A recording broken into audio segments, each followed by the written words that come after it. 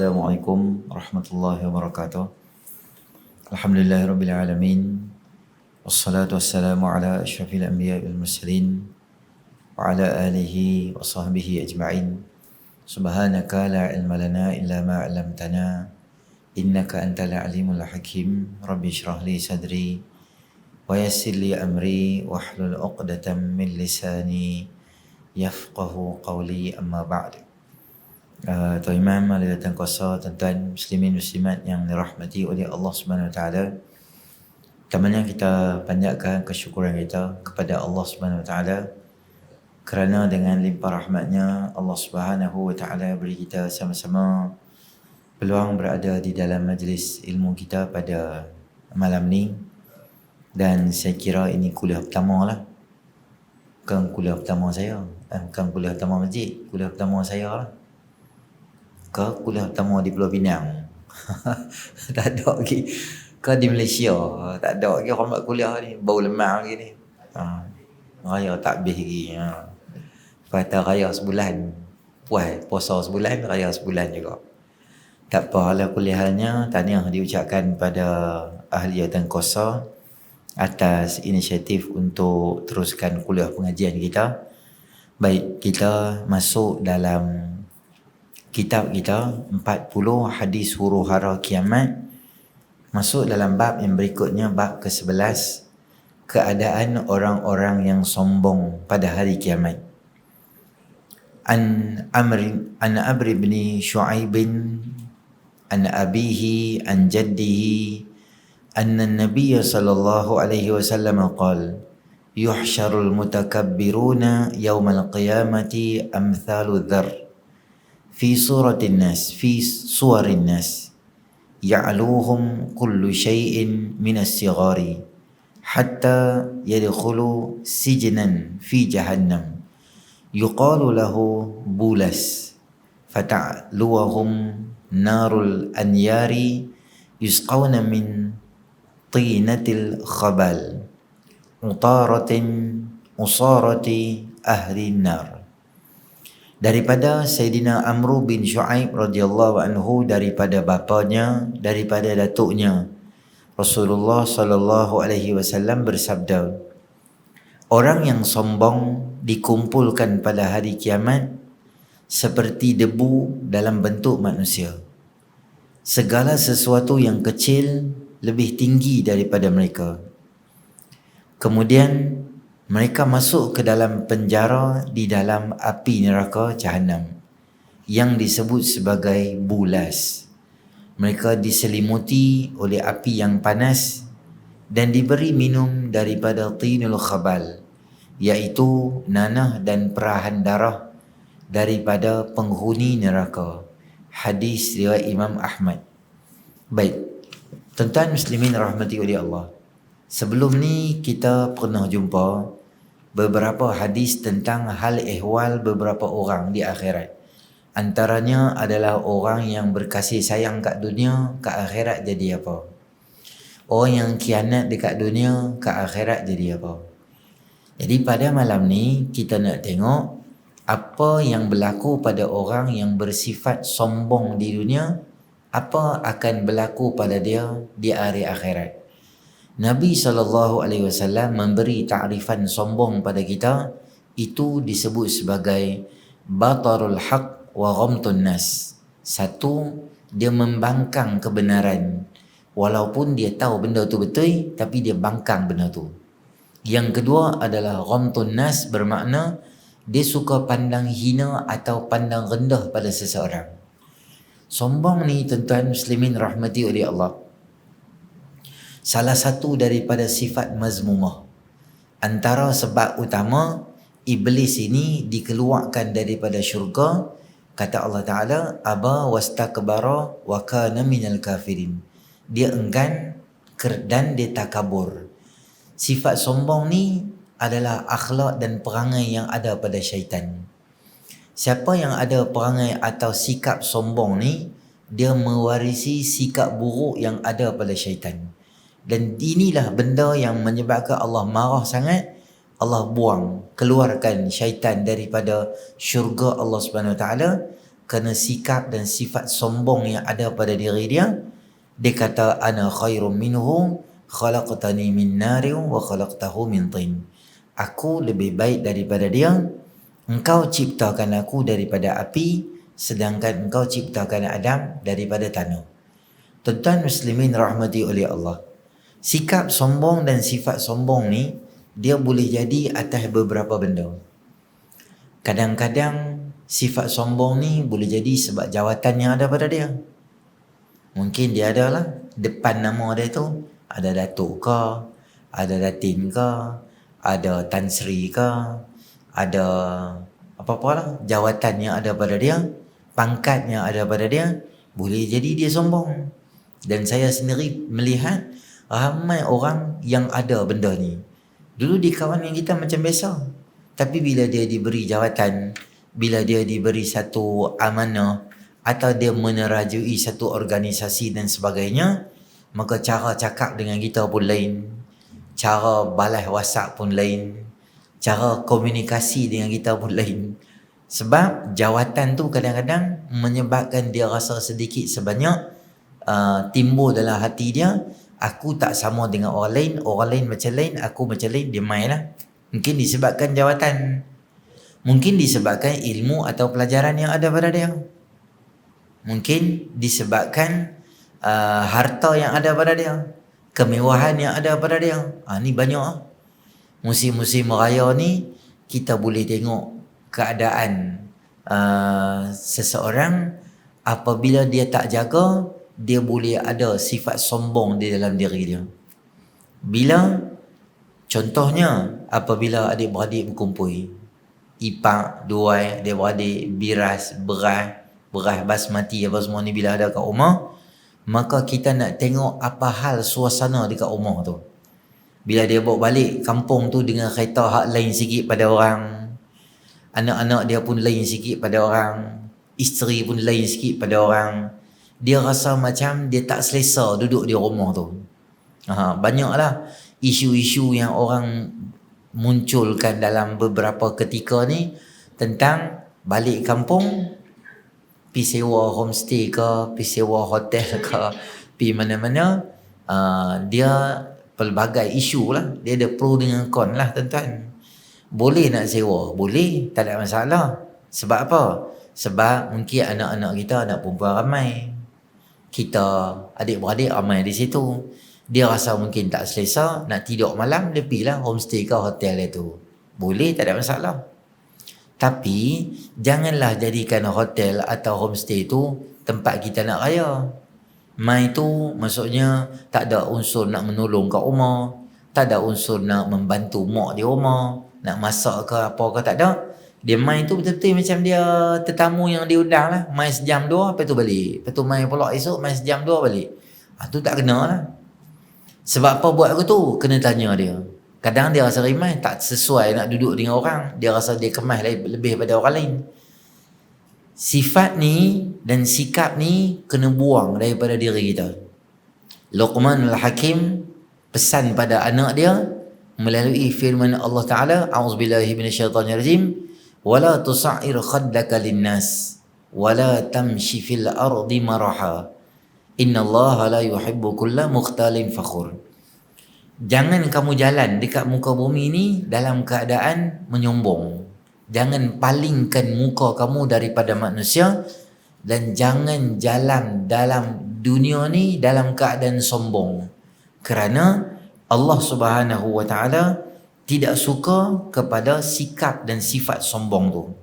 Dan Allah Ta'ala sebut, waqsid fi mashyika waqdud min sautik inna ankaral aswati la sautul hamir. Bila jalan, jangan hentak-hentak jalan. Hentak jalan bermakna menunjukkan kata dia hebat, supaya orang tengok dia, supaya orang tahu kata dia hebat lebih daripada orang.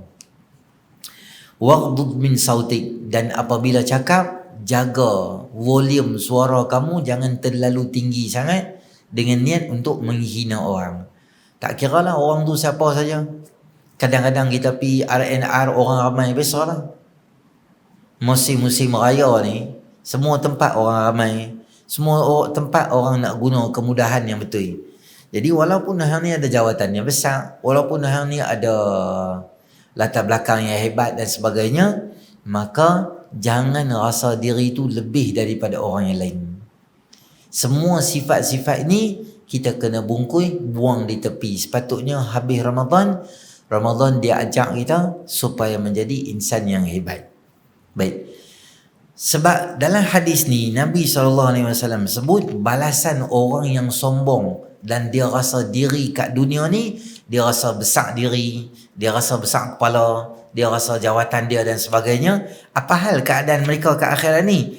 Orang yang sombong dikumpul pada hari kiamat seperti debu dalam bentuk manusia. Sebab apa Allah kecilkan mereka dalam bentuk debu yang kecil, halus nipis? Kerana dunia lu hangpa buat kemas. Dunia lu hang besarkan diri. Dunia dulu hang rasa jawatan hang besar, ada pangkat hang besar, kuasa hang besar, apa sahaja hang rasa besar, maka dia akhirat esok Allah kecilkan dia, jadikan dia dalam bentuk debu. Dan lebih parah lagi, segala benda yang kecil tu, maka depa tu lebih kecil daripada benda tu. Apa saja benda kecil, dia kecil halus, tapi dalam bentuk manusia.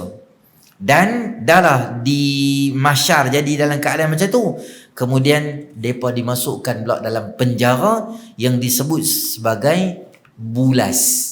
Bulas ni nama salah satu penjara yang ada dalam neraka, yang Allah buat khas untuk orang yang sombong, untuk seksa mereka. Apa benda yang mereka akan dapat nanti di akhirat sebagai hidangan makanan dan minuman adalah nanah dan darah daripada perahan nanah dan darah dan luka daripada ahli neraka jahanam hadut ada tu. Diambil darah mereka, diambil nanah mereka dan dimasukkan dalam mulut sebagai bahan minuman. Mau tak mau kena minum sebab terlalu dahaga. Kita sekarang duk tuan-tuan ni pun panas. Mana-mana pun panas, matahari bukan atas kepala. Ni di akhirat maknanya orang tu duduk dalam api. Dan disebut dalam hadis tu apa? Mereka diselimuti api yang panas. Makna selimut ni apa? Api tu dia tak bergerak, dia duduk pusing, duduk di kawasan tu macam oven, duduk dalam tu dengan panas. Dah lah panas, dah lah dahaga sangat, nak minum air, diberi minum. Sebab apa dia kena azab macam tu? Sebab di dunia dia rasa dia besar. Dia rasa dia ada jawatan, ada kuasa, dia buat daya ke orang, dia buat zalim ke orang, dia buat maksiat, dia buat dosa sebab jawatan yang dia ada. Sebab tu tuan-tuan muslimin rahmati oleh Allah, jangan sesekali apa sahaja benda yang ada pada kita ni mengaburi mata kita. Yang pemilik yang paling hebat adalah Allah Subhanahu Wa Taala. Kita hari ni kata kita hebat. Kita tak hebat mana? Sebab apa? Yang pertama sekali, kita ni bila kita sakit baru kita tahu di mana nilai kita bila kita sakit. Marin boleh kita sembang kemas, tapi esok demam, duduk di hospital dalam keadaan tak boleh nak cakap, tercungap-cungap, maka orang tu dia tahu nilai dia tu di mana. Bila dia sakit. Bila dia sakit, bila dia ditimpa ujian, bila musibah mai pada dia. Kesemua tu adalah sebahagian daripada cara Allah ajak kita. Kemarin kita boleh sembang kemas, hari ni tak ada apa-apa kita di sisi Allah Subhanahu Wa Taala. Dan Allah cipta manusia ni dalam keadaan apa? Dha'ifa. Allah cipta manusia ni lemah. Tak ada apa yang kita nak sombong, sebab kita ni daripada atas sampai bawah sentiasa menanggung najis. Tek mata, di telinga ada tek telinga, di gigi ada tek gigi, 2 hari tak gosok tek gigi ada. Kat belakang tengkuk ada laki, bawah ketiak ada laki, dalam perut ada najis. Ada? Saya dan tuan-tuan semua ada. Semua ada usung najis 24 jam. Di pundi kencing ada tak ayak kencing? Ada. Itulah hakikatnya kita ni. Tak ada beza apa pun. Tapi dalam keadaan tu kita nak sombong, Allah Ta'ala sebut dalam Quran, wa khuliqal insanu dha'ifa, dan kami jadikan manusia ni lemah, serba-serbi lemah. Tidur lama tak boleh, duduk lama tak boleh, jalan lama tak boleh, berdiri lama tak larat, duduk atas kursi lama tak larat. Nak makan banyak pun tak boleh. Banyak mana? 3 pinggan boleh makan. 4 pinggan boleh makan. Lapar sangat nak makan ayam goreng KFC, berapa ketui boleh makan? Seketui, 2 ketui, 3 ketui. Tak lah, muak muntah. Beli ayak, minum ayak banyak mana? 1.5 liter. Sasi besar tu boleh perhabis seorang. Okey, boleh buat main sebotol air boleh perhabis? Tak boleh dah.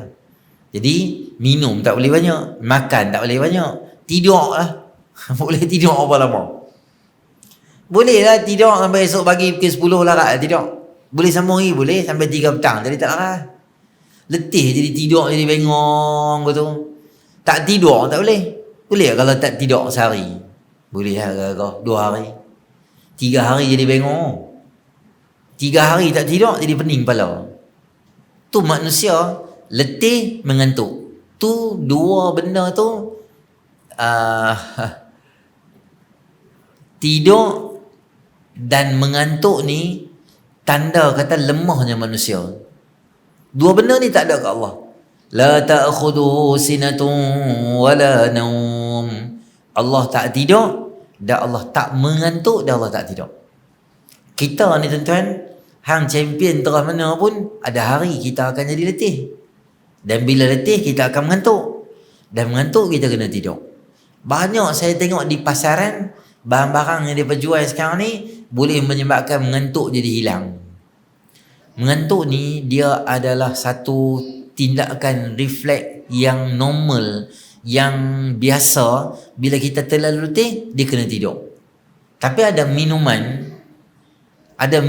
dalam pasaran yang hang bila makan minuman tu mengantuk hang jadi hilang.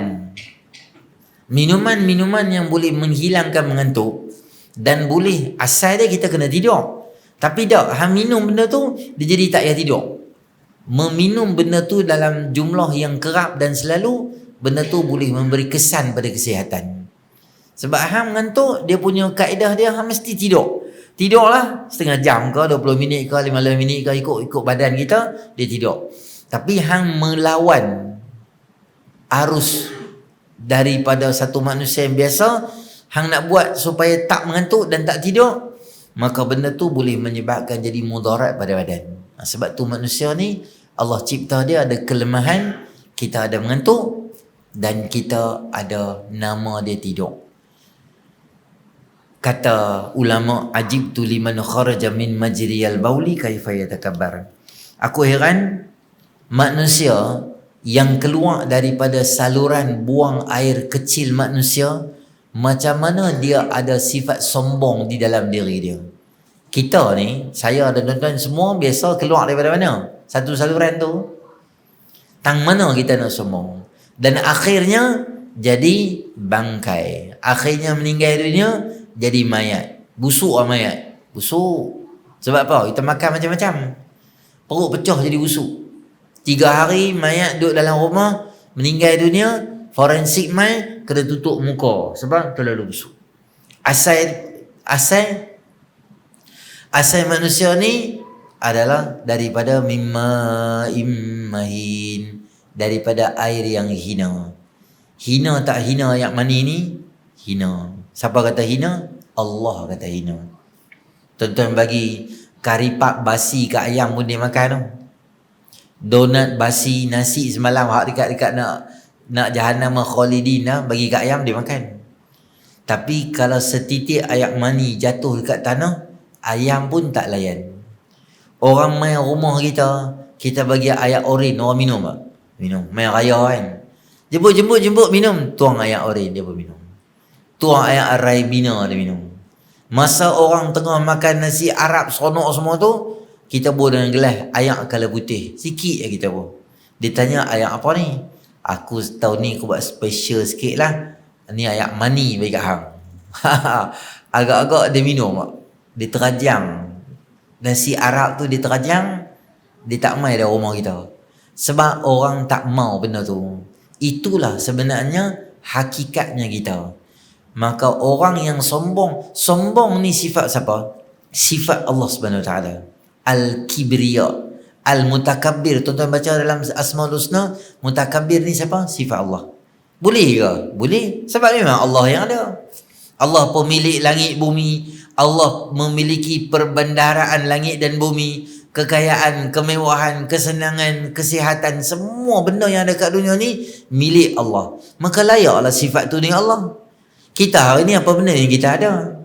Saya ada kereta, saya ada motor. Kereta bukan kita punya. Kalau kereta kita punya, kereta takkan rosak. Kalau motor kita punya, motor takkan rosak. Badan kita punya ke? Bukan. Badan kita tu pemilik dia adalah Allah.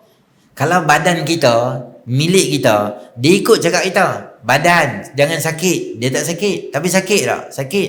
Maknanya ada orang, ada kuasa lain yang menjaga dan mentadbir kita. Itulah Allah Subhanahu Wa Taala. Jadi kita tak memiliki apa-apa. Peliknya bila seseorang tu dia tak memiliki apa-apa tapi dia sombong. Hak tu yang pelik tu. Lebih Allah Ta'ala marah ni apa dia? Orang fakir, orang miskin yang dia sombong pada Allah Ta'ala. Dalam dunia ni tak ada benda apa, susah. Dan dalam masa yang sama, sombong. Semayang dah, ibadat dah, banyak benda-benda kita buat, kita sombong pada Allah Subhanahu Wa Ta'ala. Dan lagi, hal yang demikian ini kerana sifat sombong adalah sifat khusus milik Allah yang membawa maksud hanya Allah layak bersifat sombong kerana dia pencipta segala-galanya, sementara makhluk yang lemah berasal daripada air yang hina seperti manusia tidak layak untuk sombong. Sombong dapat diertikan tidak menerima kebenaran. Yang macam saya abang tadi tu nama dia apa? Batarul haq wa ghamtun nas. Dan tidak menerima kebenaran walaupun dibuktikan, lebih teruk lagi memandang hina sesama manusia. Menurut pengarang Raghib Asfahani dalam kitab Mufradat Al-Quran, sombong ialah seseorang yang bangga dengan dirinya dan memandang dirinya lebih besar daripada orang lain.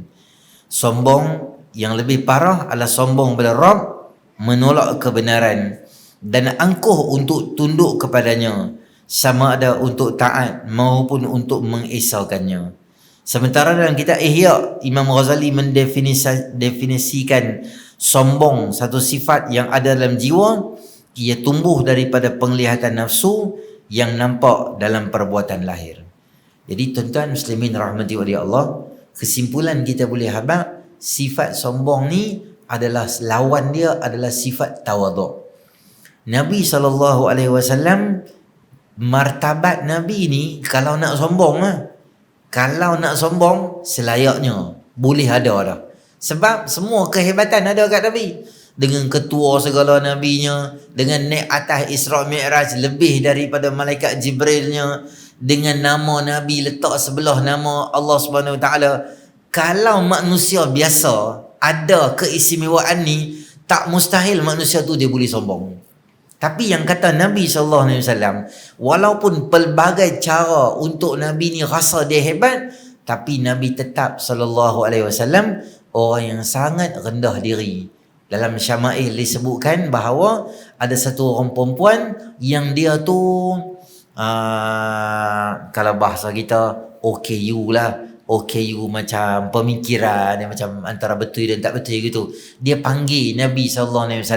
Nabi ni pemimpin umat yang paling besar, pemimpin dunia paling besar.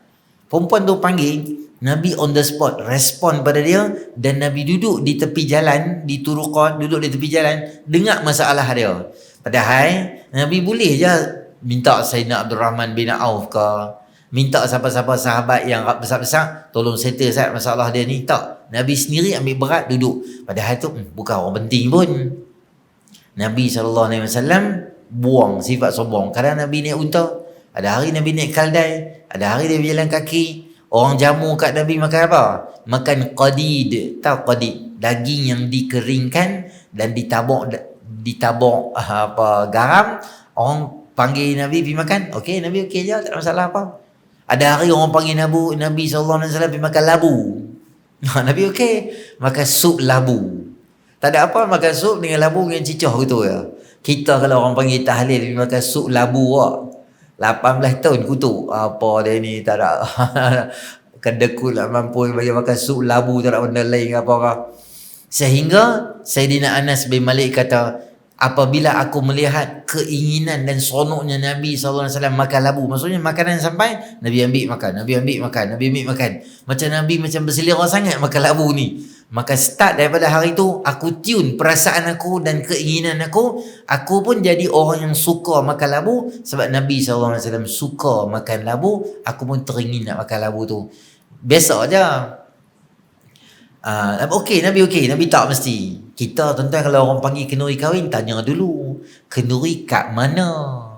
Kenduri kat Hotel Raya? Okey lah, insyaAllah lah saya sampai. Kenduri kat mana? Kenduri kat Dewan Rakyat Jalan Patani.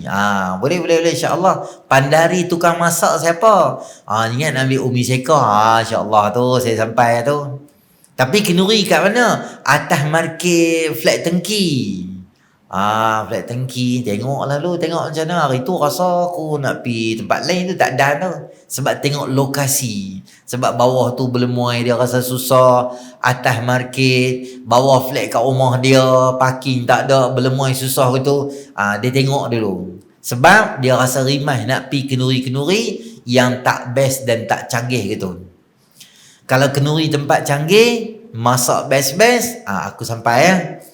Kalau takat masak gitu, kita tak tahu kemampuan dia nak buat kenduri macam mana. Dia ada rezeki, dia buat tempat elok, alhamdulillah lah. Kadang tak ada rezeki besar-besar mana orang biasa-biasa buat kenduri biasa-biasa gitu je. Tak pi. Pi rumah orang, makanan tak sedap, dia duduk canang atau cerok kat orang. Ada panggil gitu. Ni pi open the house kan. Saya nak bak lah tuan-tuan raya-raya ni. Bila kita pi rumah orang, pi raya kat rumah orang, yang pertama sekali, niat kita tu kena betul. Biarlah pi raya tu untuk menghubungkan silaturahim di kalangan masyarakat, adik-beradik dan sebagainya. Jangan pi tu nak pi tengok rumah dia, nak tengok baju raya dia tahun ni sama ke dengan baju raya tahun lepas. Baju raya tahun ni canggih ke? Aku hak bulan bintang sampai akhirat ni lebih canggih pada hang ke? Hang lebih canggih pada aku. Rumah hang raya ni dia lain tang mana? Ni perangai yang buruk yang ada dalam masyarakat. Pi nak hubung silaturahim, bukan pi nak tengok kelemahan atau kekurangan yang ada pada orang. Tonton pi dalam rumah orang ada ribuan benda. Nak masuk dalam rumah orang, ya ayyuhallazina amanu la tadkhulu buyutan ghaira buyutikum hatta tasta'nisu wa tusallimu ala ahliha. Wahai orang beriman, kalau hampa nak masuk rumah orang, siapa-siapa sahaja yang bukan rumah kamu, bagi salam, minta izin, baru masuk dalam rumah. Dalam hadis Nabi SAW sebut berapa kali bagi salam? 3 kali bagi salam. Andai sekiranya tiada sebarang sahutan atau respon pada tuan rumah, maka kita boleh beredar ke rumah yang lain. Kerana mungkin tuan rumah tak sedia untuk terima tetamu, atau seharian isteri dia tak sihat, sakit kepala dan sebagainya, dia pun tak mau. Maka jangan pusing kok dapur pula. Bagi salam kok pintu depan, pusing kok dapur pula. Assalamualaikum, pusing kok dapur. Pintu pula tak tutup, dia tolak pula. Dia tolak pintu. Assalamualaikum. Ada 18 kali dia bagi salam. Masuk sampai ke tandas tu, kawan tu duk basuh baju. Basuh baju takkan nak pakai jubah. Basuh baju lagu pakai baju lah. Nak mandi lepas tu, melompat kawan tu. Makcik ni masuk sampai ke dapur kawan tu. Jangan buat gitu. Bagi salam, masuk dalam rumah, tunggu arahan di mana lokasi yang kita. Kadang-kadang ada kursi tuan rumah, dia suka duduk di situ. Bapak dia tak sihat, bapak dia jenis duduk kursi malas tu, kursi hak goyang tu. Bapak dia pergi tanah, hang masuk-masuk dalam rumah, habis parking kat situ. Bapak dia keluar pada tanah, kan susah gitu. Carilah lokasi di rumah yang boleh menjaga mata kita daripada memandang mana-mana lokasi aurat dalam rumah. Kalau boleh, elakkan kawasan yang menghadap ke dapur.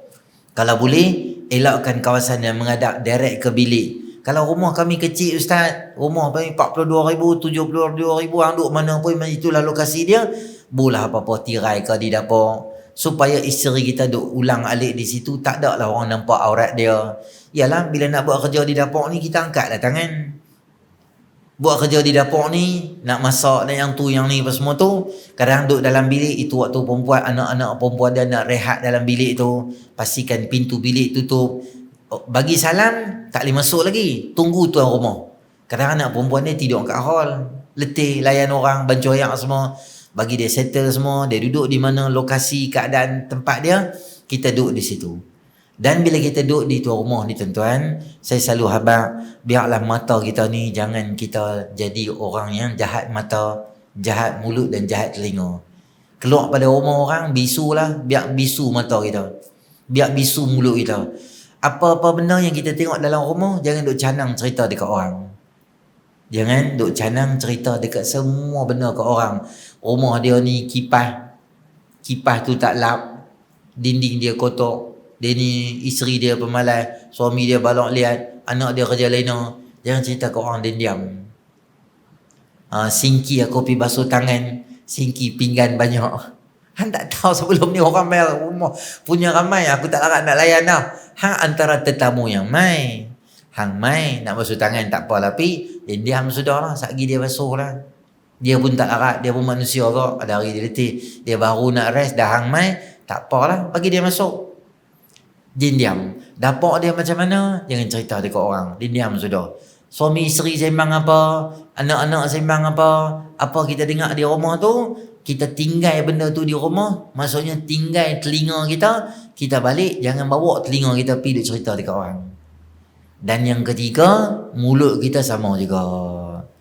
Jangan apa aku pergi rumah dia kuih raya macam ni, aku pergi rumah dia, ayak dia bancur kat aku, adakah dia buat TO kat aku main penat-penat. Jangan cerita apa. Makanan Nabi SAW sedap, Nabi makan. Tak, Nabi akan tinggal sahaja.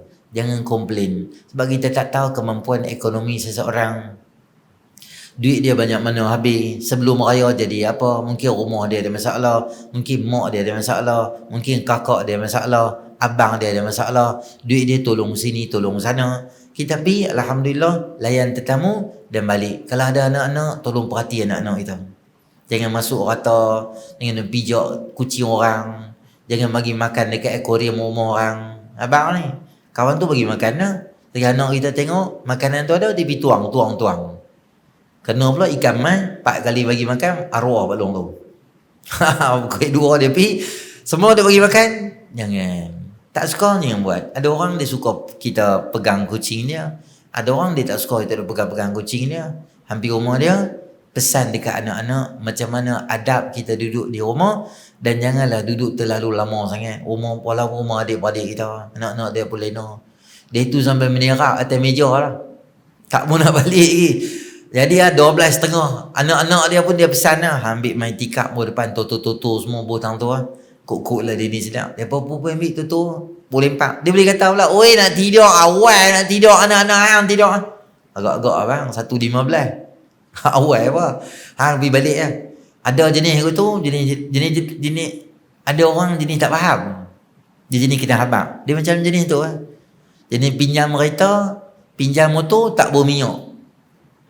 Dia pinjam full, masa nak bagi kat kita dia jadi bloody full. Dia bagi saja. Terima kasih nah. Minyak tu kita start tu dia bunyi lah. Bukan oren merah lah. Dia jenis tak kerti kita kena habaq. Ni minyak ni aku bawa full, satgi nak bagi, hang bobol lah full balik. Cakap ke tu, dia ada orang jenis tak kerti. Ada orang jenis macam dia. Dia punya rumah jenis tak kerti balik. Nah, dia duduk rumah orang kita kena habaq ni. Ni sekarang pukul 1.30 kami nak tidur. Kalau hang boleh balik, baliklah. Kalau hang tak, aku nak buang hang guni nak lempar keluar. Jadi kena habaq tu baru boleh balik. Atau macam-macam lah cara kita pun buat menguap tak jalan.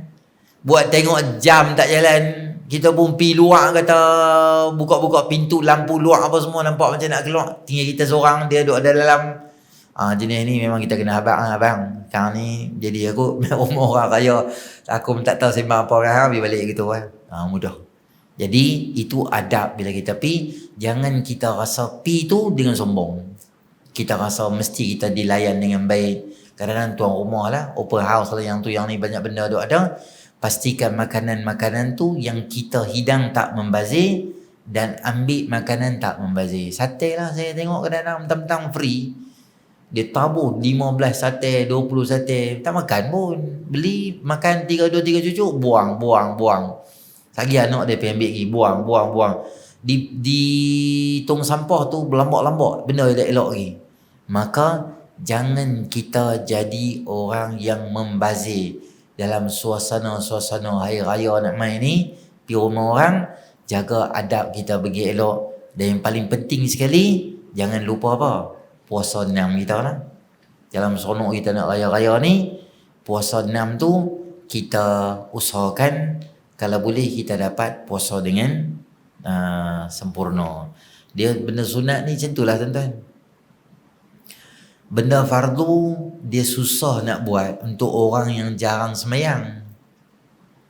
Orang jarang semayang, orang jarang puasa, dia susah nak puasa. Dia susah nak semayang. Dia memang jenis tak semayang. Tuan-tuan nak suruh dia semayang ni susah. Tapi kita ni orang duk selalu semayang ni, dia mudah nak semayang tu, dia tak susah, senang, dia boleh lah, tak berat. Tapi kita rasa berat nak semayang sunat. Macam mana orang yang jarang semayang fardu, dia berat nak semayang fardu. Kita selalu semayang fardu, kita rasa berat nak semayang sunat. Orang yang jarang puasa Ramadan tu beban yang besar untuk dia. Tapi untuk orang yang selalu puasa, dia tak rasa Ramadan tu beban. Tapi puasa 6 tu yang dia rasa lebih susah dan payah. Jadi tuan-tuan carilah ruang masa yang sesuai supaya sepanjang-panjang Ramadan ni boleh kita untuk boleh cari ruang untuk puasa lah. Ikutlah Isnin Khamis boleh, nak puasa direct boleh, tak puasa direct boleh, puasa macam mana pun boleh. Janji sepanjang Syawal tu kita ganti puasa kita balik. Dan itulah kena kuat sikit lah. Kadang-kadang puasa dah, lagi dia ni ajak itulah, dah makan lah apa semua, dah lah aku tu ya. Cari ruang supaya kita jangan terlepas berkaitan dengan puasa 6. Jadi InsyaAllah nanti dalam siri akan datang nanti kita akan tengok apa hal keadaan orang yang baik pula.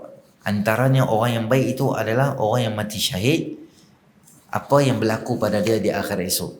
Sehingga nanti di akhirat dia akan request dekat Allah SWT supaya berulang-ulang dia mati.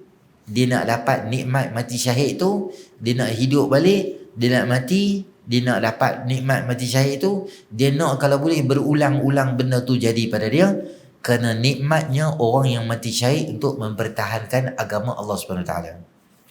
Dan lagi bab berkaitan dengan orang yang enggan bagi zakat. Apa hal keadaan dia nanti di akhirat, nanti kita akan tengok. Dan hadis berkaitan dengan orang yang akan jadi muflis di akhirat nanti, ada beberapa golongan yang okey dan tak okey suasananya di akhirat. Jadi tuan-tuan muslimin rahmati oleh Allah Subhanahu Wa Taala, satu juga saya nak pesan berkaitan dengan suasana kita ada sekarang ni. Banyak saya tengok isu berkaitan dengan istiqamah dalam amalan ni. Kita boleh buat banyak amalan Ramadan, kita boleh sembahyang banyak, tarawih banyak dan sebagainya. Cuma selepas daripada Ramadan ni, kita ada beberapa benda yang kita rasa payah nak buat. Antaranya adalah untuk istiqamah nak meneruskan sesuatu amalan. Antaranya adalah solat berjemaah bagi lelaki. Biasanya semangat kita untuk Ramadan tu dia akan mula hilang dan pudar apabila masuk dalam bulan Syawal. Bila masuk dalam bulan Syawal, semangat untuk kita ni buat puasa, semangat untuk kita ni qiyamul lail, semangat untuk kita ni buat perkara sunat, semangat untuk kita buat sembahyang berjemaah terutamanya, dia akan mula hilang sedikit demi sedikit. Jadi tuan-tuan muslimin rahmati oleh Allah, jangan cuba kita hilangkan amalan yang telah kita buat secara istiqamah. Sebab benda yang istiqamah ni bila kita nak buat dia payah. Bila Nabi SAW ditanya tentang sebab apa Nabi beruban, Nabi ada lebih kurang 21 helai rambut uban. Ketika hampir-hampir wafatnya Nabi SAW ada 21 uban. Orang tanya dekat Rasulullah sallallahu alaihi wasallam, sebab apa kamu beruban wahai Rasulullah? Maka Nabi sallallahu alaihi wasallam sebut, syayyabatni Hudun wa akhawatuha. Yang telah menyebabkan aku jadi uban ni adalah surah Hud dan beberapa surah yang seangkatan dengan dia. Kata ulama, apa yang menyebabkan surah Hud tu menjadi sampai berubah Nabi? Ada satu ayat yang Allah Ta'ala sebut, fastaqim kama umirta wa man taba ma'aka wala tatghaw. Hendaklah kamu beristiqamah seperti mana yang diarahkan oleh Tuhan kamu kepada kamu. Nak abang kata istiqamah ni punya susah dan payah, sehingga mentadabur ayat-ayat berkaitan dengan surah Hud, terutama berkaitan bab istiqamah ni, menyebabkan Nabi SAW berubah rambut baginda. Jadi memanglah kita boleh buat sesuatu benda, boleh baca surah Al-Mulk, boleh bersemayang tarawih, boleh qiyamul lail 10 malam boleh buat, tapi nak berterusan buat benda tu bukanlah satu benda yang senang. Sama ada kita kena paksa diri kita, dan nombor dua, kena selalu doa pada Allah SWT supaya dimudahkan untuk kita ni meneruskan amalan tersebut. Sebab bukan senang kita nak bangkit pukul 5.30, pukul 5.15 tiap-tiap hari. Seminggu, 2 minggu yang awal tu mungkin kita rasa mengantuk, letih lepas subuh tu. Tapi dia main masuk hari 16, 17 tu, kita rasa biasa dah. Bangkit dan kita tak tidur tu, kita satu benda yang biasa, okey dah. Sebab kita duduk biasa bangun. Dan bila kita biak benda ni, maka dia akan hilang macam tu saja. Nanti pula dia akan main. Jadi usahakan kalau boleh, kita bangun awal sikit lah. Walaupun tak bangun pukul 4.15, pukul 4 macam kita buat qiyamul lail, paling kurang pola azan pukul 6, 5.45 kita boleh bangun.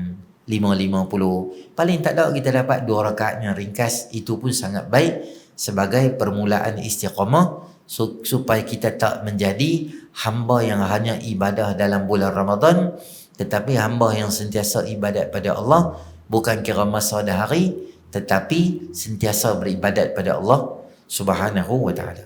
Baik, insya-Allah kita berhenti di situ dulu. Yang baik pada Allah, yang kurang sempurna tu atas kelemahan saya sendiri. Auzubillahi minasyaitonir rajim. Bismillahirrahmanirrahim. Alhamdulillahirabbil alamin. Wassalatu wassalamu ala asyrafil anbiya'i wal mursalin wa ala alihi ajma'in. Allahumma anfa'na bima 'allamtana wa 'allimna ma yanfa'una wa zidna ilma. Rabbana atina fid dunya hasanah wa fil akhirati hasanatan wa qina adzabannar. Wa sallallahu ala sayidina Muhammadin nabiyil ummi wa ala alihi ajma'in. Walhamdulillah.